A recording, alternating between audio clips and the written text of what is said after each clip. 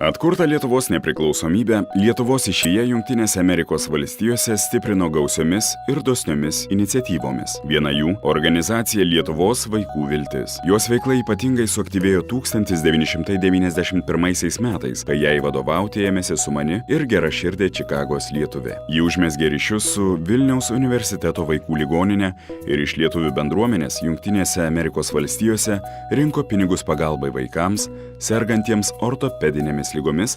Gausiai sutelktos lėšos buvo naudojamos ligoninės pastatų remontui, naujausiems instrumentams, implantams ir aparatūrai įsigyti, naujoms operacinėms technologijoms įdiegti. Lietuvos vaikų vilties kvietimu Jungtinių Amerikos valstijų ligoninėse stažavosi vaikų ligoninės ortopedai, traumatologai ir slaugytojos, reabilitologai, anesteziologai ir operacinių slaugytojos. Buvo nemokamai gydomi 150 sunkiausiai sergančių vaikų iš Lietuvos. Iš Lietuvos vaikų vilties organizacijos pasitraukus ilgametiai vadoviai Gražinai Liautaud, jos vairą perėmė pasaulio lietuvių bendruomenės pirmininkė Danguolė Navickienė. Jos dėka jos kilni veikla įsiplėtė į kitas JAV valstijas. Globalios Lietuvos apdovanojimų laureatės už viso gyvenimo pasiekimus organizacijos Lietuvos vaikų viltis vadovės Gražina Liautaud ir Danguolė Navickienė.